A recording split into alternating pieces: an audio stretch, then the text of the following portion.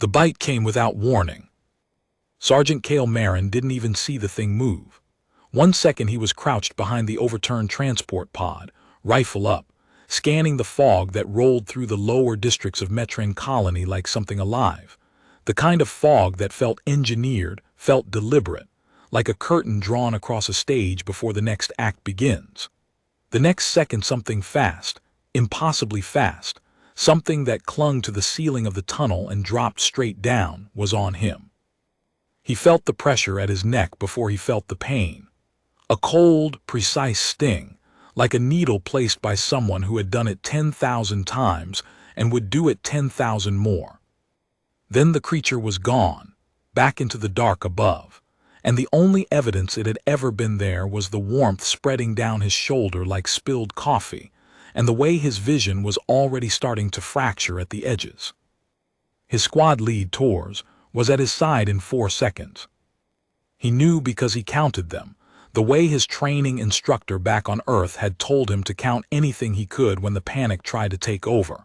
4 seconds. Tors had her kit open and was pressing a compression pad to the wound before Cale had finished telling her to leave it.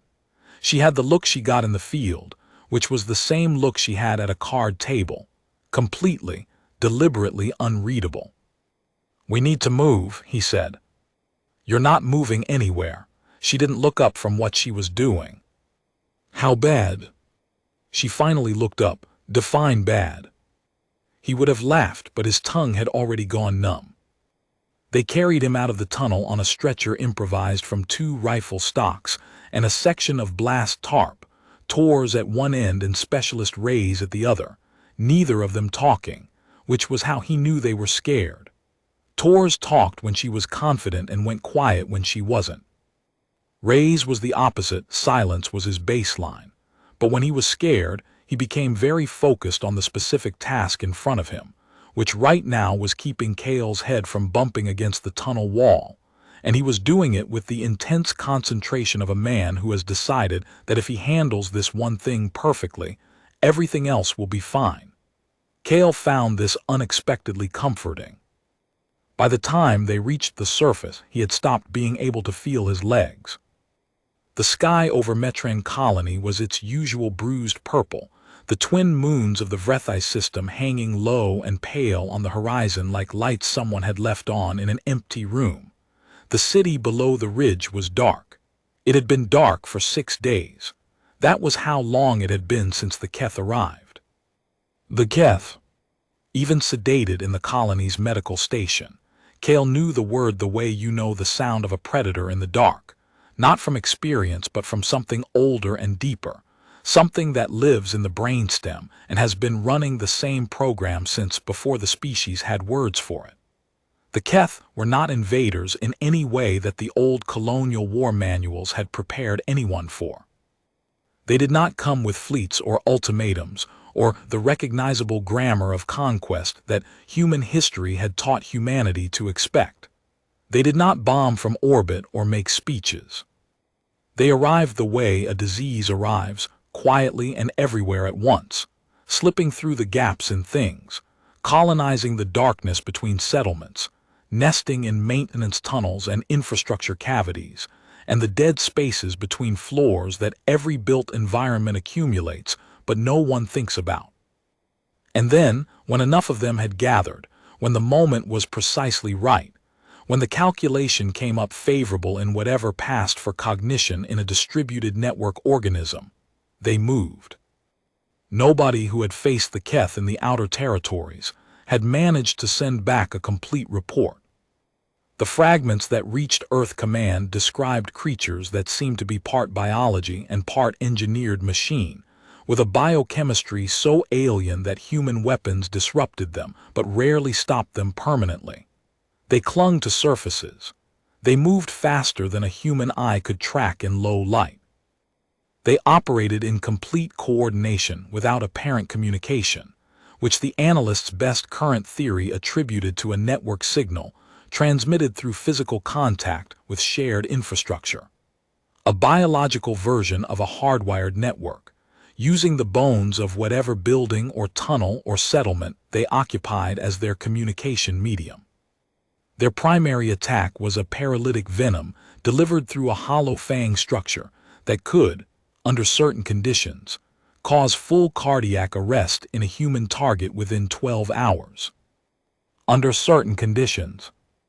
Nobody had been able to figure out what conditions. Kale had been bitten. Kale was still breathing.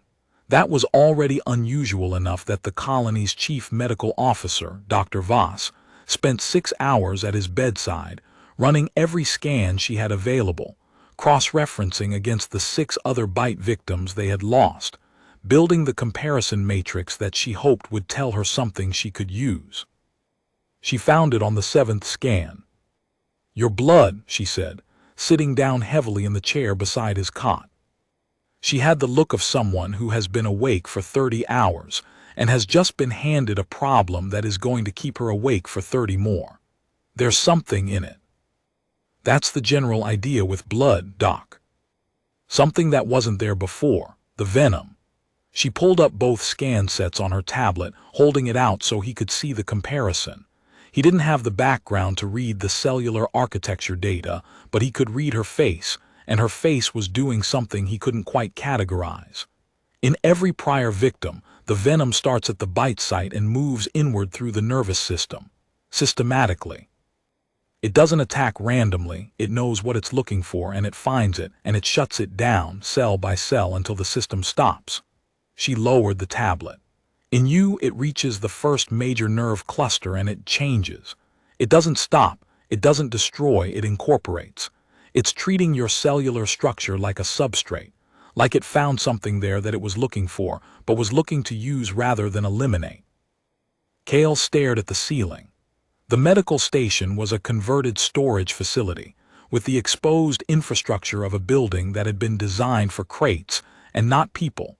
Conduit runs and junction boxes visible overhead, the kind of utilitarian honesty that Kale had always found more comfortable than finished ceilings. "Is that good?" "I have absolutely no idea," she paused, "but you're alive and the others weren't, so provisionally, yes." He found out over the next 3 days. The numbness faded first, then reversed, replaced by a sensitivity so acute that the rough weave of the medical cot sheets felt like sandpaper against his skin. Then the sensitivity calibrated, normalized, and he realized it wasn't pain, it was information. He could feel the vibration of footsteps through the floor 3 rooms away, feel them as distinct signatures, Tor's quick purposeful stride and Ray's deliberate heel-to-toe precision, and the lighter, uneven gait of the colony administrator Breck, who had a slight left knee issue he hadn't acknowledged to anyone. He could hear the individual harmonics in Tor's voice when she visited and tried to sound cheerful. Hear the effort beneath the cheerfulness the way you hear the strings beneath the singing, part of the same piece but distinct. He could feel the minute temperature gradient between the air near the ventilation grate and the air near the window. Feel it the way you feel sunlight on your face. On the 4th day, he pressed his palm flat against the wall beside his cot. Not to push off, not as a gesture, just to feel the wall the way he'd been feeling everything since the sensitivity came back, cataloging the new information landscape of his own body, the texture of the painted concrete, the faint vibration of the building's climate systems. And something else, a resistance when he tried to pull his hand away, not the sweat friction kind, something else. He pressed harder, held it, then carefully shifted his weight. His feet left the floor. He was standing on the wall.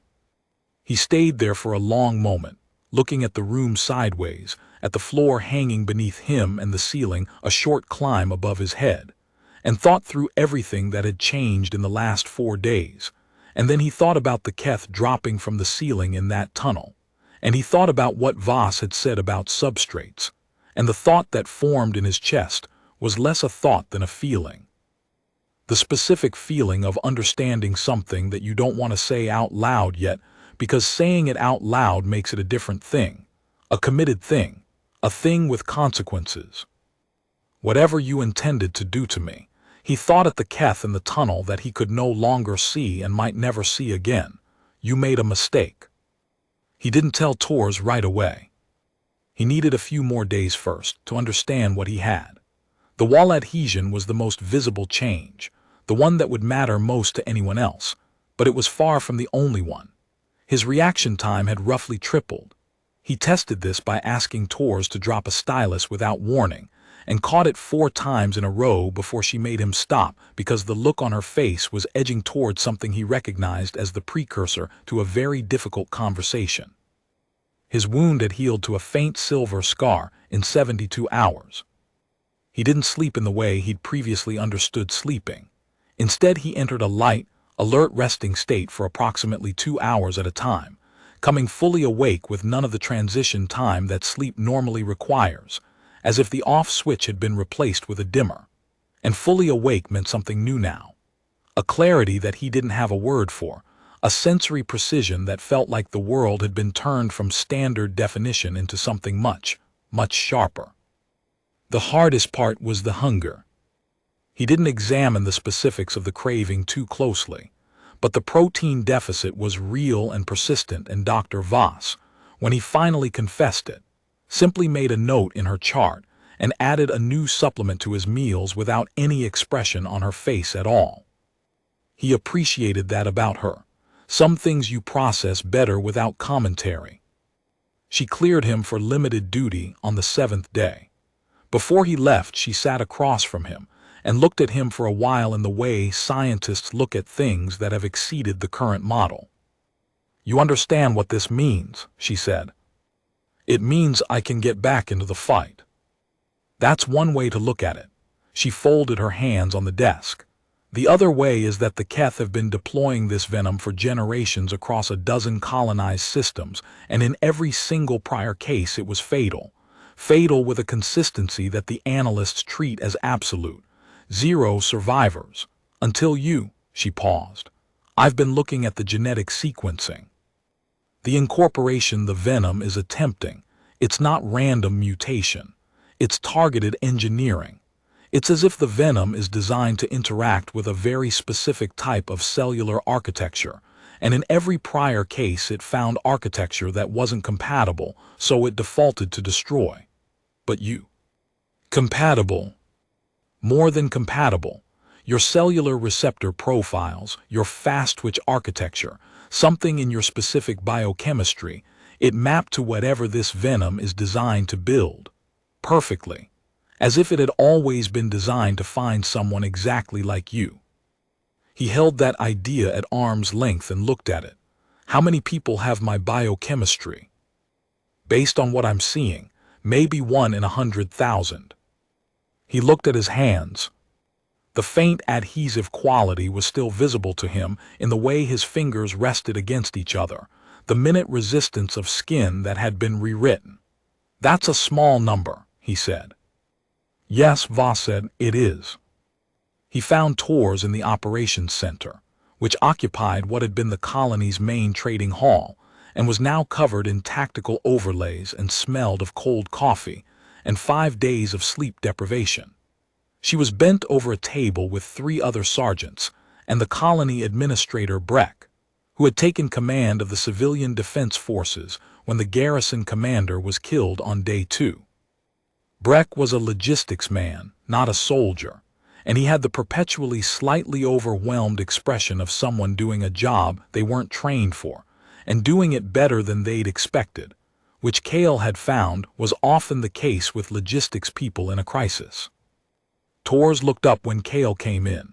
She scanned him the way soldiers scan each other coming back from somewhere, checking for the signs, the tells, the things the person isn't saying. "You look different," she said. "I feel different." He showed her, walked to the nearest wall, pressed his palm against it, let his feet leave the floor. Walked himself up to the ceiling and hung there while she stood below with her arms crossed and her face going through the phases, disbelief, recalculation, a soldier's instinctive and immediate assessment of what this changes operationally. He came back down. "Well," Tors said. "Yeah." She was quiet for a moment. "The Keth that bit you, do you think it knew this would happen?" Voss thinks the venom is designed to neutralize threats, kill them fast, completely. No, I don't think it knew. I think it did exactly what it was supposed to do. He looked at his hand. It just never expected to meet someone it couldn't kill. I think I surprised it. So what do we do with this? We finish surprising it. The Keth had established what the tactical maps labeled a command node in the lower colony, 3 levels underground in the old infrastructure maintenance tunnels. This was consistent with everything the analysts knew of their operational patterns. They didn't occupy human spaces. They colonized the spaces beneath them, the service corridors and maintenance shafts and structural cavities. They nested in darkness and emerged to feed and gather, and to pick apart the colony's defensive grid piece by piece, with the methodical patience of something that operated on a completely different temporal scale. The garrison's 2 attempts to root them out had both failed, with significant casualties, because fighting the Keth in their own environment, close quarters, low light, surfaces they could traverse in any direction, meant fighting them on terms they had spent their entire existence optimizing for. Any standard infantry couldn't match them there. Kale was becoming less standard every day. He spent 2 days planning. He went into the tunnels alone, 3 times in the dark, without lights, relying on his new senses to map the space, to get the feel of it. The Keth had been expanding the tunnel system, cutting new passages through the colony's foundations with a chemical process that dissolved stone and left smooth, faintly iridescent walls that caught even the faintest ambient light and distributed it, so the tunnels were never entirely lightless to anything with sensitive enough perception. The tunnels were, he had to admit, genuinely beautiful. Cold, alien, inhuman, but beautiful. He ran his fingers along those walls and felt the faint vibration that he was starting to recognize as the Keth's communication signal. The pulse transmitted through the building's physical substrate, moving through stone and metal, and composite the way electricity moves through wire. They talked through the walls. That was the piece of intelligence nobody had managed to extract before, because nobody had managed to stay alive in the tunnels long enough to listen. He sat with it in the dark, flat against a ceiling 20 feet above the tunnel floor, and tried to understand what he was feeling. Not sound. Not electromagnetic in any band his new perception could identify clearly. Something mechanical, transmitted through physical contact, like a code tapped through the hull of a ship, but vastly more complex, multidimensional, carrying information in ways that his mind kept reaching for analogies to describe and kept coming up short. On the 3rd night, he reached the command node chamber. 11 Keth, arranged around something at the center he couldn't fully make out from his angle. The wall pulse was strong here, strong enough to feel in his teeth, in his jaw, in the bones of his forearms where they pressed against the ceiling. Something was being done, something that required the presence of multiple individuals, the coordination of the network at full concentration. He stayed for 40 minutes, watching, mapping the exits, counting, and went back to tell Tors. 11 confirmed in the node chamber, he said. Approach tunnels, likely another 6 to 8 minimum. The chamber has at least 4 exits that I could identify, possibly more through the ceiling which I couldn't map from my position without getting closer. Tors studied the overlay. Our weapons barely slow them down one-on-one. We lost 9 people in the second tunnel assault because they flanked faster than we could track. I know. He pointed to the 3 marked access points on the overlay. You don't go into the tunnels. None of your people go into the tunnels. You take positions at the access points and you seal them on my signal, or if you don't hear from me within 2 hours, you seal them without my signal. Tors looked at him for a long time. You're one person. I'm a fast one, and I know the ceilings. Kale, there are 4,700 people in this colony. He said it quietly, not as an argument, as a fact that needed to be in the room. I have something that happened to me that nobody asked for and nobody planned. I'd rather it mean something. She didn't fight him on it after that. He knew she wanted to. He could hear it in the specific quality of her silence, the tight, controlled silence of someone building a case and not being able to close it. She was a good soldier. Good soldiers know the difference between a bad plan and a hard one. Ray spent 36 hours building 2 devices to Kale's specifications, working from Voss's frequency analysis of the wall pulse network. The first was a resonance emitter, a unit that could broadcast into the Keth's own physical network at the frequencies Kale had mapped, playing back signal patterns that Voss's analysis suggested were roughly equivalent to positional status updates. All clear, hold position, no threat, not speech. More like the chemical signals and insect colony uses, simple and functional and very precisely targeted. Whether it would actually work was a question none of them could answer with certainty. But the theory was sound, and Ray's had a gift for making theory physically manifest. The second device was cruder, more total, and vastly more dangerous to be in proximity to. Ray's called it the disruptor. What it did was simple: broadcast simultaneously at every frequency the Keth network used, all of them at once, at maximum sustainable amplitude. Not signal, not message, pure noise. The electromagnetic equivalent of every radio station in existence broadcasting over each other at full volume. The Keth network needed clean signal paths to function, introduce enough noise at the right frequencies, and the network didn't just fall silent. The noise was physically painful to any organism whose nervous system was wired to receive and process those frequencies. Kale would be in the chamber when it went active. He and Ray's had a long, honest conversation about what that meant for him now, given the changes in his own biology, and had arrived at an answer that was technically inconclusive and practically unavoidable. He would find out when it happened. He moved at 4 in the morning, colony time.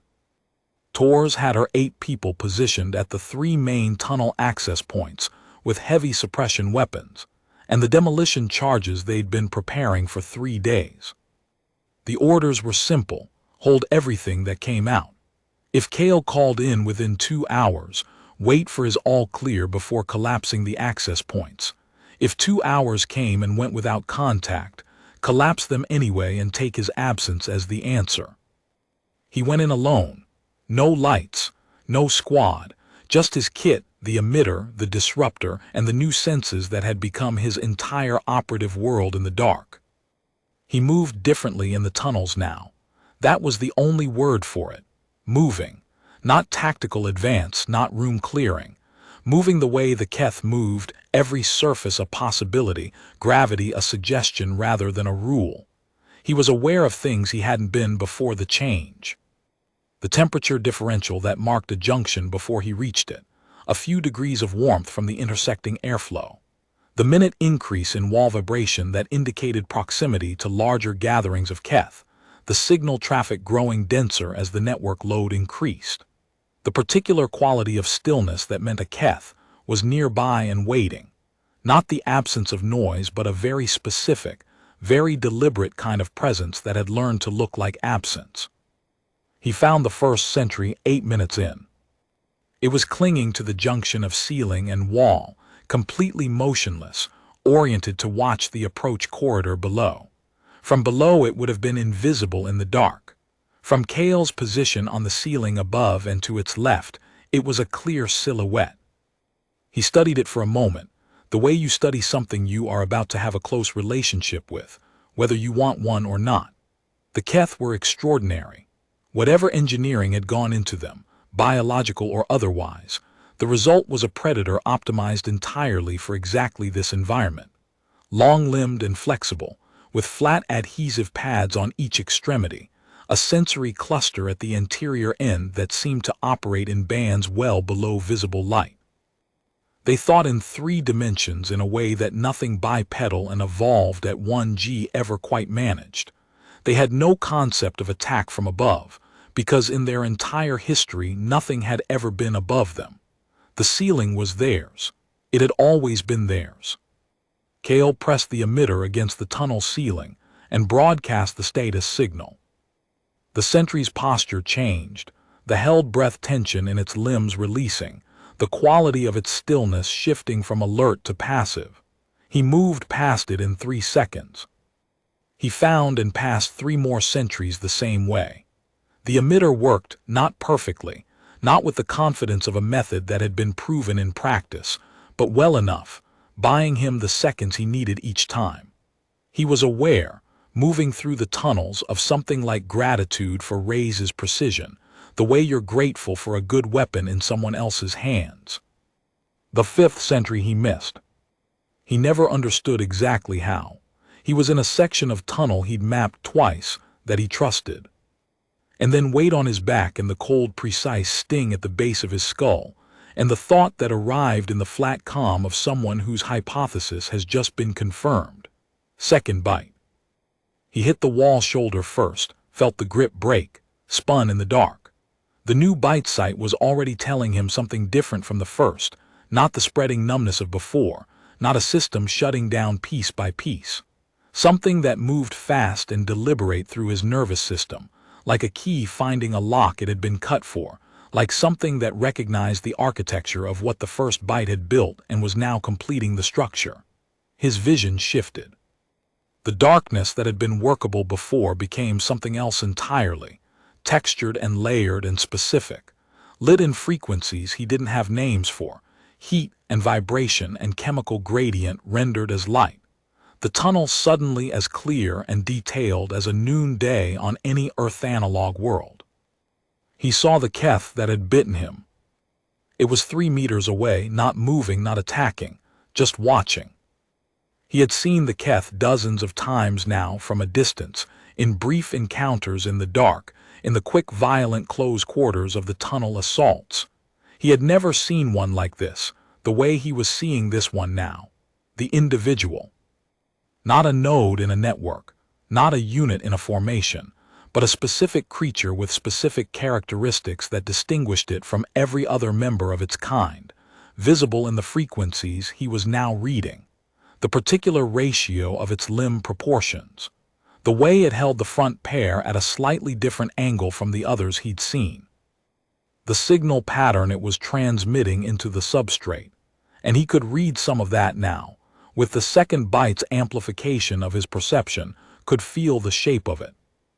He held the emitter out toward the wall. The Keth didn't move.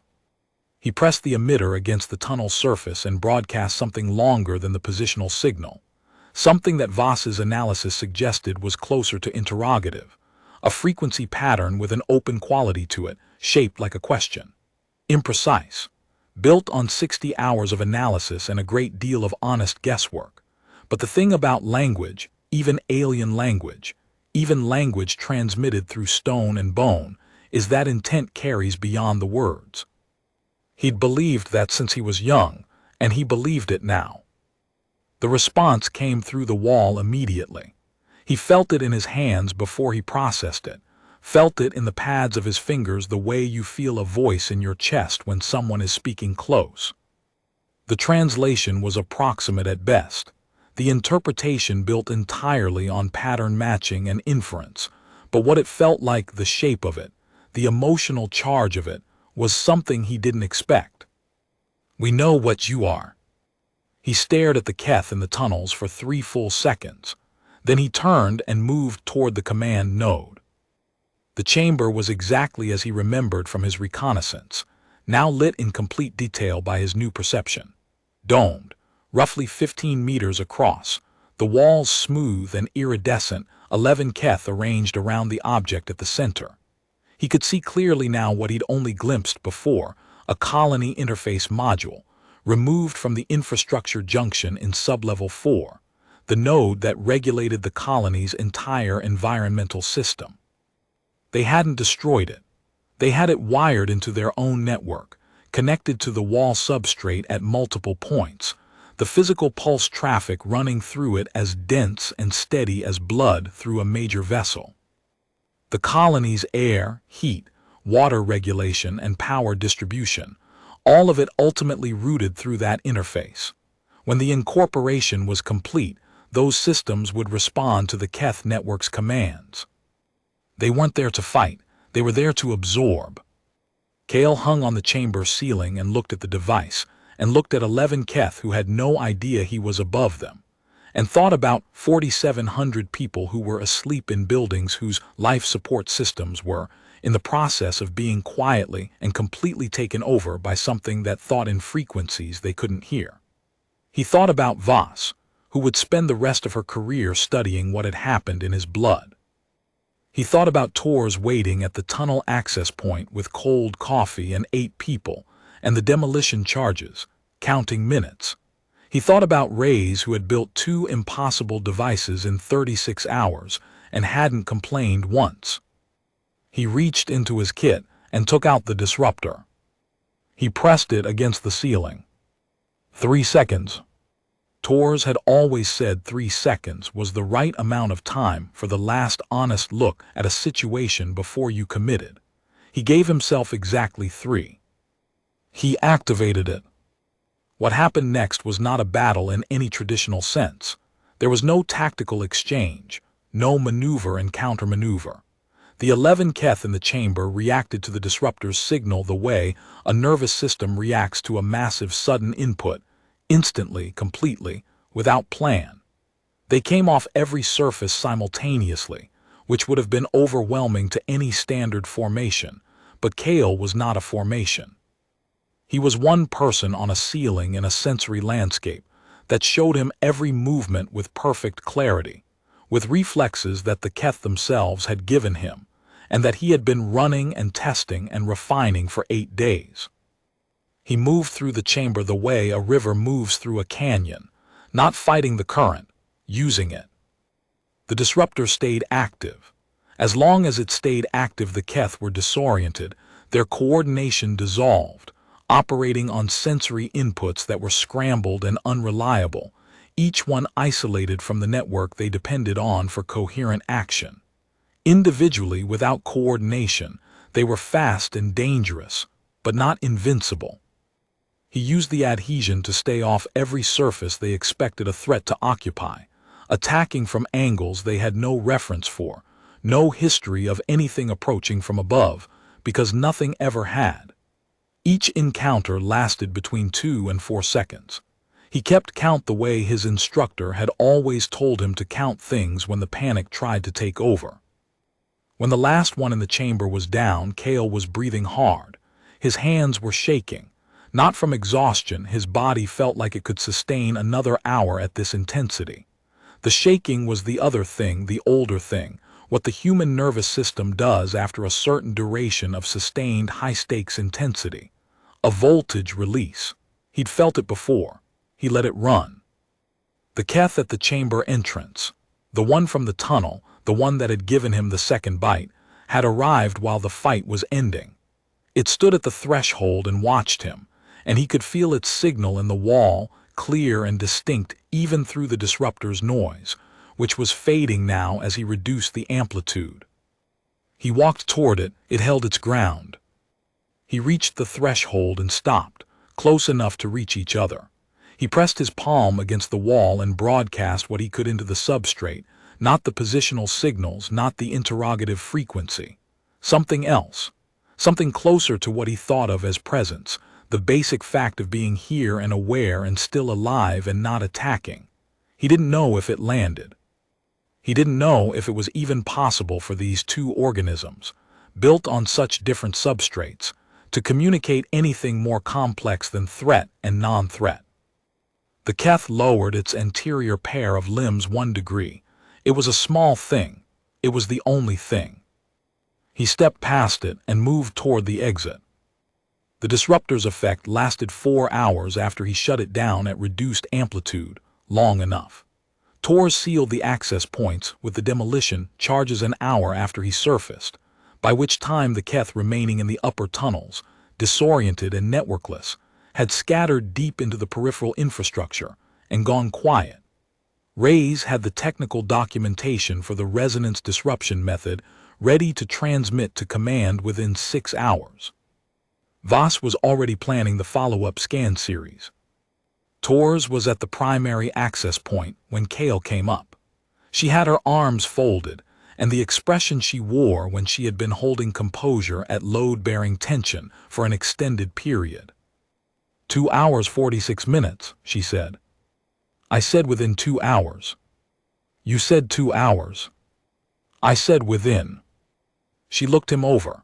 The jacket, the new silver marks at the base of his skull, the way he held himself, which was different from before, not in any way she could have articulated to a court of inquiry, but different in the way that people are different after the things that change them. She had the look of someone doing complicated mathematics. Second bite, she said. Yeah. How are you? He thought about the tunnels, the new frequencies, the Keth at the threshold watching him leave. We know what you are. Better than before, he said. Different kind of better. Tors was quiet. Around them, the colony was beginning to do what it does after something passes, the slow, careful reopening, the lights coming back on window by window, the sounds of voices that had been kept low for days beginning to find their volume again. Somewhere above them, a child was crying, which meant a child was alive to cry. That was the only math that mattered. Voss is going to want every scan she has, Tors said. I know. And Command is going to want a full debrief. And then they're going to want to know what you are now, and what it means operationally. I know all that. And then, she said, you're probably going to have to go back in, not just here, the system. There are 46 other colonies. He looked out over the lower district, at the sealed access points, at the 3 moons that had come up while he was underground, at the faint shimmer of life beginning to return to the colony's residential tiers. The Keth were still present in the peripheral infrastructure. Not gone. Dispersed, disrupted, their node destroyed and their strategy exposed, but not gone. In 6 of the system's other 46 colonies, Command's analysts had already detected Keth signatures. The same pattern. The same slow colonization of the spaces between things. The same patient wait for the moment to be right. The resonance disruption technique was a weapon now. Documented, transferable, replicable. But a technique is only as good as the people who can execute it, and the people who could execute it the way he had tonight were currently 1. And the reason that number was 1 was sitting in a medical file with a notation that said 1 in 100,000, which meant 4,700 people in this colony. And in the 30,000 people across the 6 other affected colonies, there were potentially several more. Finding them, getting to them before the Keth did. Understanding what the second bite had done that the first hadn't, whether it was controllable, whether Voss could find a way to replicate the receptor compatibility in the lab without the biological lottery of the right person being in the right tunnel at the right moment. These were the questions ahead. These were the questions worth being alive for. He pressed the pads of his fingers together, feeling the minute resistance, the quiet extraordinary fact of what his body had been made into without his knowledge or consent. Something had been done to him in that tunnel that had no name yet in any military protocol or medical framework. Something that had looked like a death sentence and turned out to be something else entirely. He hadn't chosen it. He hadn't asked for it. He'd been going about the business of being afraid and doing his job anyway, which was what soldiers did, which was all any of them ever did. And then something had decided to use him for a different purpose. Whatever the Keth's intention had been, the outcome was his. That was the part they hadn't planned for. That was the part that was human, in the specific and irreducible way that human means something even 40 light years from Earth. You hand someone a tool designed to end them, and they will figure out what else it can do. I know, he said to Tors. She nodded once. That was enough. They walked up into the colony together, and the lights were coming back on, and the child had stopped crying, and the sky above Metrin Colony was its usual bruised purple, and the twin moons were still hanging low and pale and indifferent on the horizon, and none of that had changed. Not the sky, not the moons, not the distance from home, but something had, and it was enough. And Cale Marin walked into it with his hands open at his sides, feeling everything. 9 weeks later, Voss found him in tunnel section 7. He'd been down there for 2 hours, alone, which was not unusual anymore. The garrison command had stopped questioning his tunnel time after the 3rd week, when the Keth activity in Metran colony's peripheral infrastructure had dropped to near zero, and the correlation with Kale's presence in the tunnels had become too consistent to be coincidental. He wasn't fighting down there. He was listening. Sitting in the dark with the disruptor at minimum amplitude, not broadcasting anything, not interfering with the network, just receiving. Learning the language the slow way, the way you learn any language you haven't grown up with. By immersion, by repetition, by allowing the patterns to become familiar before you try to make them mean things. Voss had a portable light, which she aimed at the floor rather than at him, considerate of the fact that bright light in his current sensory state was roughly equivalent to someone shouting directly into his ear. "The command scans came back," she said. And she sat down on a section of smooth tunnel floor. She'd stopped worrying about the alien surfaces after the 4th or 5th tunnel visit, which said something about how much had become normal in the last 2 months. She pulled out her tablet, then put it back. Some information lands better without the visual aid. "They found 3 people," she said, "in the 6 other affected colonies. 3 individuals with cellular receptor profiles close enough to yours to make the Keth venom theoretically incorporative rather than lethal. 2 women and a man, ages 22, 34, and 51. Kale was quiet for a moment. The tunnel carried its usual pulse, lower traffic than the node had generated, the scattered remnants of a network that had lost its coordination center, like radio static after a broadcast has ended. He could still hear individual signals in it, still occasionally felt what he was almost willing to call words. Close enough. Not identical. Yours is unusual even within the range that makes this possible, but close enough that with the right conditions. The right bite. Yes, she said it without looking away from him. Voss had that quality. A lot of scientists developed the habit of retreating into the data when the data had human implications, as if the number could buffer the reality. Voss never did that. We need to get to them, before the Keth do, before any further spread of the colony network infections creates a situation where the wrong person in the wrong place gets bitten, and the venom has time to do the other thing. Kill them instead of change them. The difference between the 2 outcomes, based on everything I can determine, is a matter of hours, the speed with which the venom encounters the compatible architecture. In a controlled environment, with medical support standing by, we might be able to tilt the odds. In the field without preparation, those 3 people are just 3 more casualties. Kale sat with that for a while. The tunnel around him was cold and quiet and utterly dark to anyone who hadn't been rewritten to see it as clearly as he did, every surface familiar, every frequency legible, a space that had been hostile territory 2 months ago, and was now something he moved through the way you move through a room you've lived in for years. He thought about the 3 people in their colonies, going about their days, completely unaware that somewhere in their cellular architecture, there was a door that something had been designed to open. "Have you told Tors?" he said. "She's topside. She knows we need to talk." "What does Command want to do?"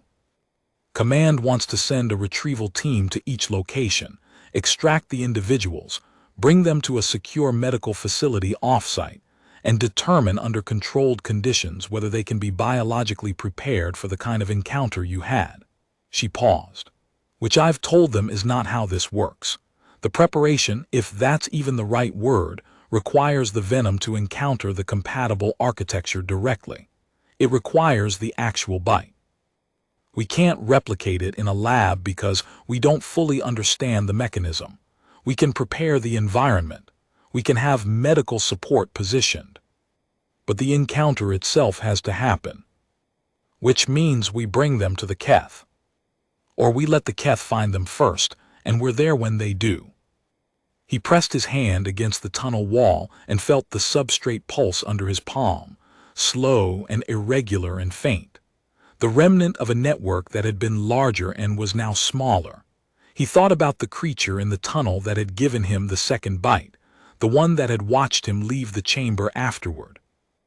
The one whose signal he had been trying to learn to read for 9 weeks, finding it occasionally in the traffic, recognizing its particular frequency, the way you recognize a voice in a crowd.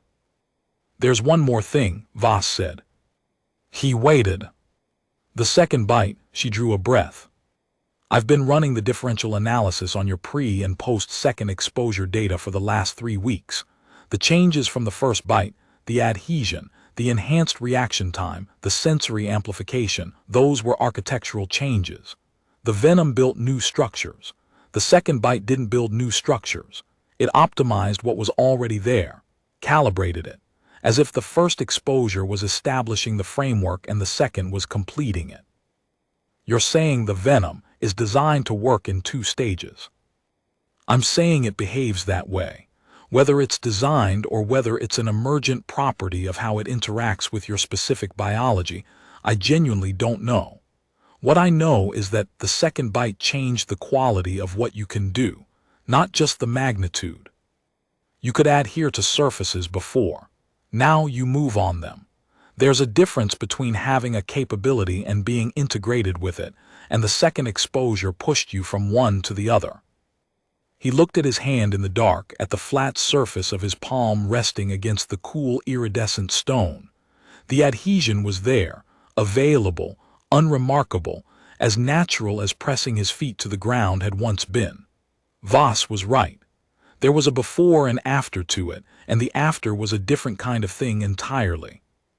"The 3 people," he said.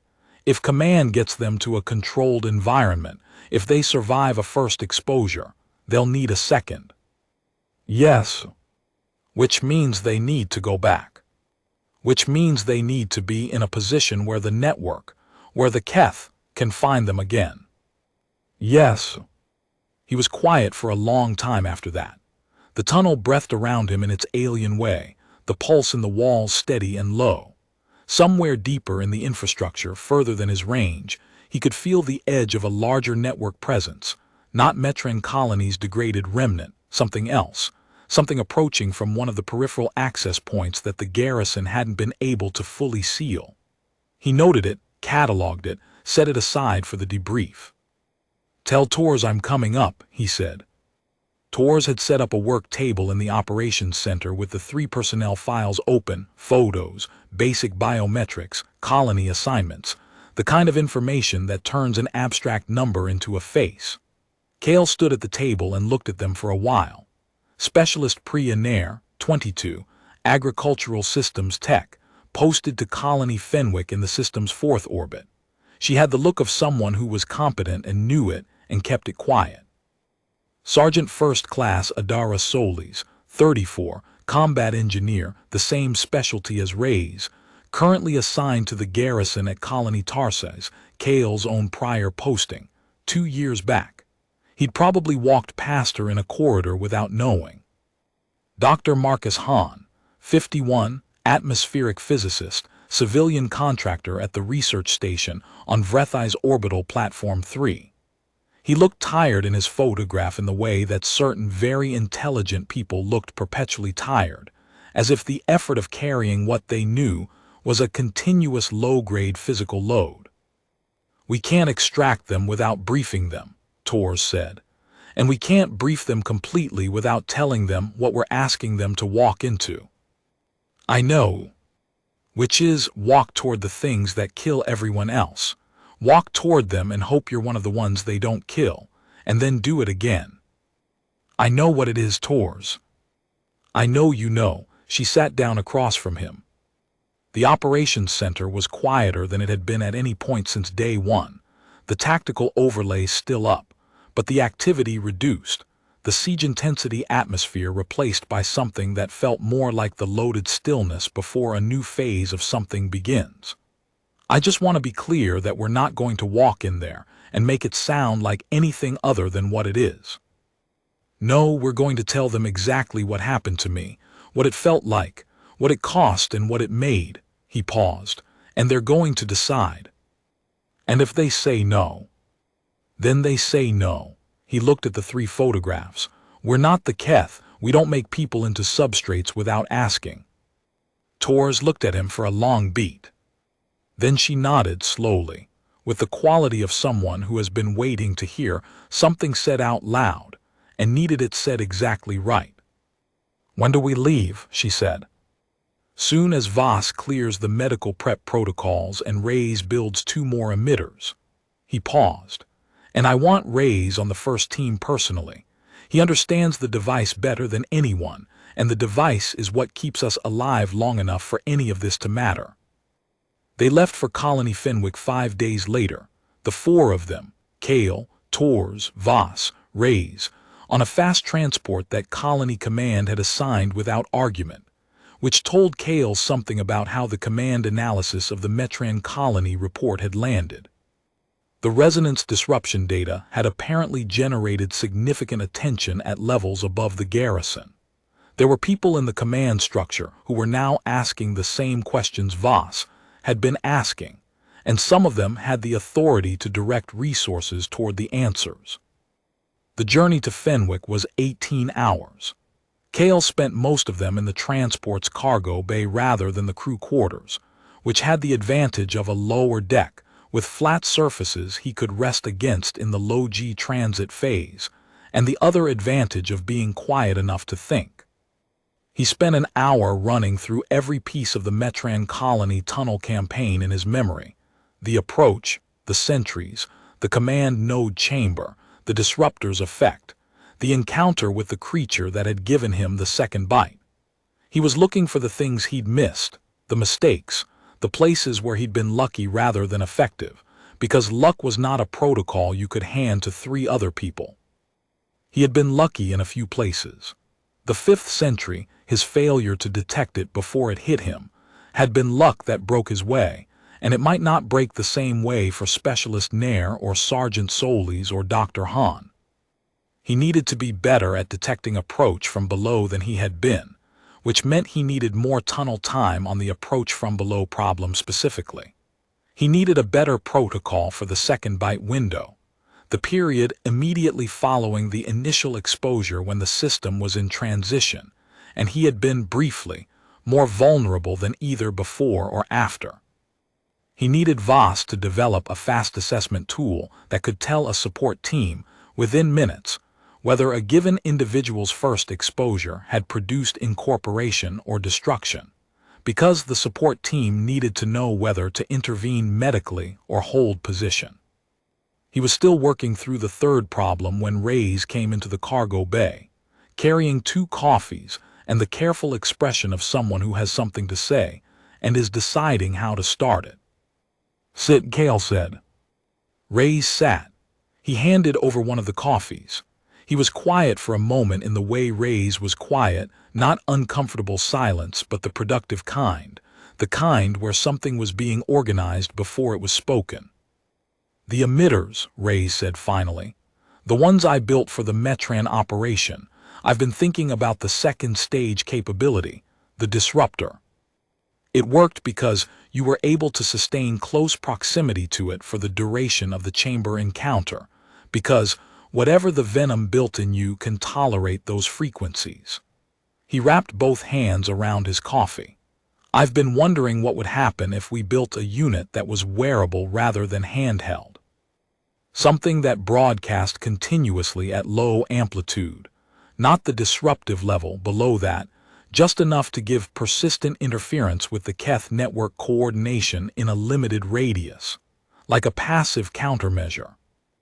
Kale thought about it. Would it compromise the emitter's signal, the positional broadcast?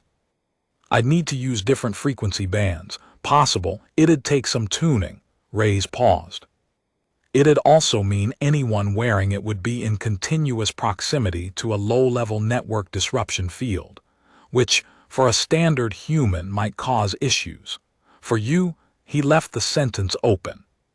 For me, it might be useful. That was my thought. Kale nodded slowly. Build it. We've got 18 hours and I suspect you already have the components. Reyes almost smiled. I have most of them. They reached Colony Fenwick at dawn, local time, which on a colony world meant the working lights coming up on the agricultural tiers, the long horizontal early light that came off the primary star at low angles and made everything look temporary and important at the same time. Fenwick was a farming colony, which meant a different architecture than Metran, lower, wider, more spread out, less infrastructure depth below ground, fewer tunnels, which was either an advantage or not, depending on what the Keth network here looked like. It looked extensive. Cale went under the colony the first night alone, 3 hours, and came back with a map and a mood that Tors read correctly and didn't ask about directly. The Keth presence in Fenwick's infrastructure was older and more established than Metran's had been at any point during the 6-day siege. They had been here longer. They had the colony's water regulation interface already identified and partially connected, not completed, not yet, but the process was underway. He had 2 or 3 days. Maybe less. He met Priya near the following morning, in the office of Fenwick's garrison commander, who had been briefed broadly and looked like someone trying to process information that didn't fit his prior mental models. Nair sat across from Cale at a small table while Tors and Voss stood near the door and Reyes waited in the corridor, and Cale told her everything. No hedging, no soft pedaling. What had happened in the tunnel, what it had felt like, what it had cost, and the specific quality of what it had made. What they believed was true about her cellular architecture, and what they didn't know and couldn't guarantee. She listened without interrupting. She was 22, and she had the quality of someone who had grown up in environments where most of the variables were beyond individual control. The quiet competence of people who learn early that the situation is what it is, and your job is to respond to it well. When he finished, she was quiet for a moment. If I say yes, she said, what's the process? Medical prep with Dr. Voss for 48 hours. Then I take you into the tunnels with me. We go in together. The Keth network here is active and will be in its range, and at some point, if the theory is correct, a sentry will make contact. He paused. I'll be there. Voss will be at the nearest access point. It will not feel controlled. Does anything out here feel controlled? He looked at her. She was looking back at him with the direct, slightly assessing expression of someone taking the measure of a situation and deciding whether they trust the person presenting it. No, he said honestly. She nodded once. When do we start? He thought, walking out of that office, about the 47 other colonies in the Vrethe system, and the 3 faces on Tor's table, and the 1 in 100,000 that had been a number and was becoming something else. A protocol, a program, a careful and methodical effort to find the specific people in the specific places, and give them the preparation and the support that he had not had, the support that had not been available because he had been the first. He thought about the Keth in the tunnel, the one that had given him the second bite, the one that had watched him leave. We know what you are. He still didn't know what that meant. He might never know. The Keth's language in the substrate was becoming more legible to him by the week, but legible and comprehensible were different things, and the gap between them was wide and might be permanent. There were things in that network that felt like strategy and things that felt like memory and things he had no category for at all, things that felt like neither communication nor information, but something else. Something the human vocabulary of signals and data hadn't found a word for yet, because nothing human had ever needed one. He was learning. That was what he had now, not answers. The capacity to keep asking. He pressed his hand against the corridor wall as he walked, not stopping, just letting the surface speak, feeling the infrastructure's faint pulse, the whisper of the Keth network in Fenwick's bones, the particular texture of this colony's underground life. Different from Metran's. Every colony had its own character, its own frequencies, its own way of holding up against a system that wanted to absorb it. He was going to learn all of them. 46 colonies. 3 people already found who might become what he had become. More to find, maybe, in the outer territories. More 1 in 100,000s going about their days in the dark, carrying the architecture of something the Keth had designed 10,000 years ago for a purpose they might never fully explain. The Keth had made something when they built that venom. They had built it to build something specific. They had seeded the galaxy with it and waited and killed every human being it touched for 100 years of contact between the species. And then they had found him. And whatever they had intended, this was what it had made. A man standing in an alien corridor on the edge of something new, pressing his hand against the wall and listening, learning the frequencies, getting ready to go back in. He walked toward the light at the end of the corridor. He went back in,